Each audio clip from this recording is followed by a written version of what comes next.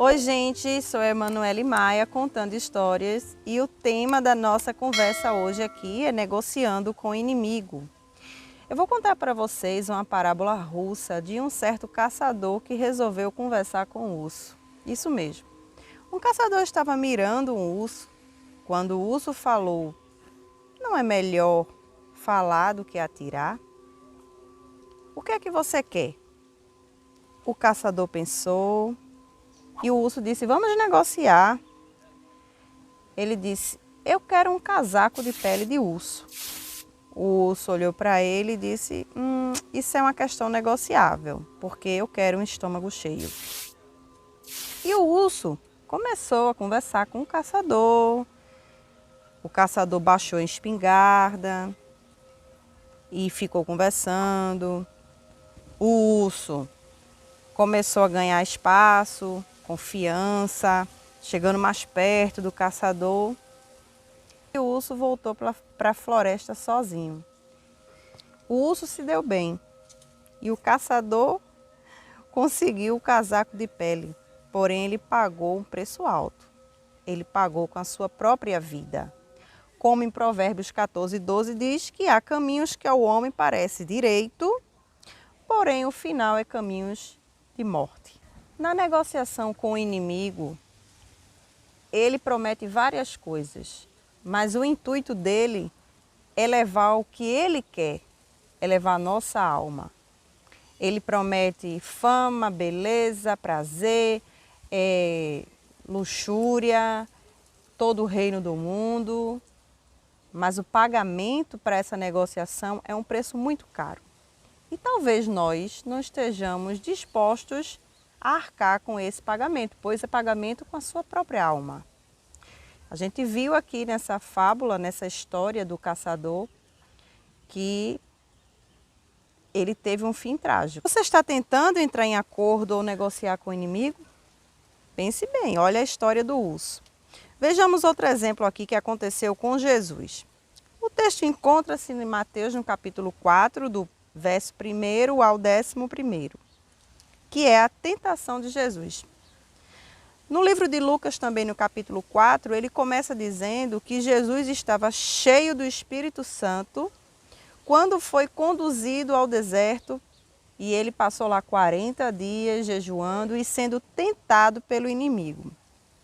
Veja bem, minha gente, Jesus, ele estava cheio do Espírito Santo. A gente não é só tentado quando a gente está já em pecado, não. Se a gente também estiver no caminho, fazendo o deverzinho de casa certo, a gente também vai ser tentado. E veja como Jesus se comportou diferentemente do caçador com o urso na negociação com o inimigo. Aqui, depois vocês leem aí a história completa, mas eu vou falar mais ou menos do verso 8 ao 11º. Que é quando o diabo leva Jesus para o pináculo do templo. Ele mostra todos os reinos, ele mostra toda a glória. Ele diz assim, ele mentindo, né? Porque o diabo está oferecendo a Jesus o que já é de Jesus.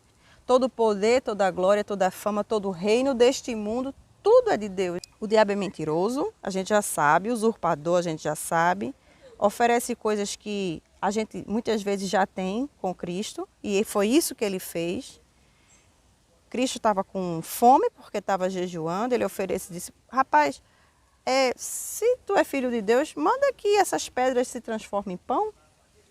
Aí Jesus diz: "Nem só de pão viverá o homem."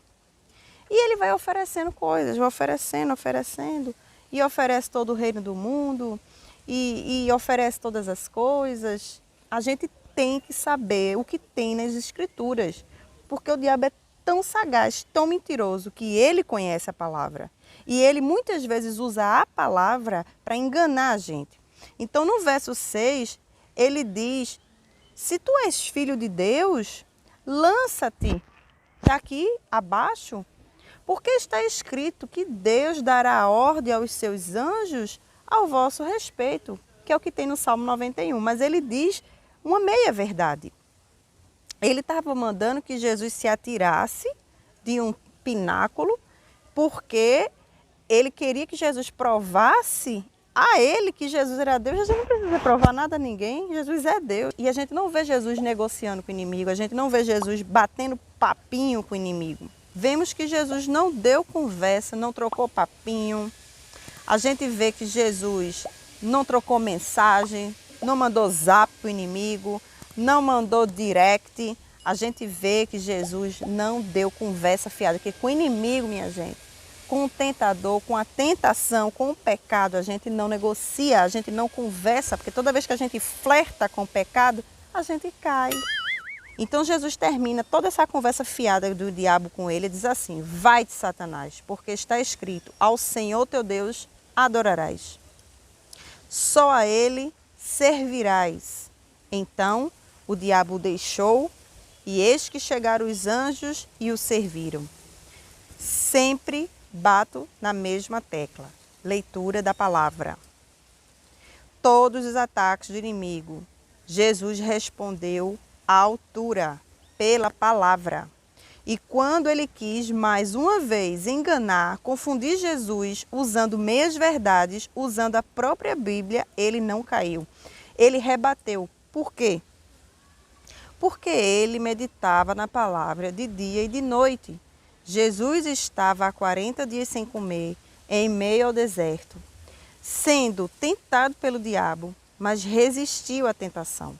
E o diabo fugiu de sua presença. Nas duas histórias, teve um final diferente, né? Começou com o inimigo querendo um acordo, querendo negociar, oferecendo vantagens, mas o fim foram distintos. Escolha bem qual exemplo você deve confiar.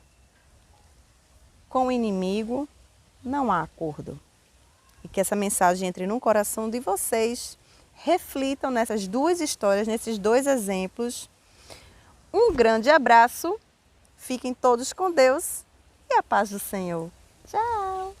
Se você gostou desse vídeo, inscreva-se no canal, deixe seu like e compartilhe. Abençoe outras vidas. Tchau!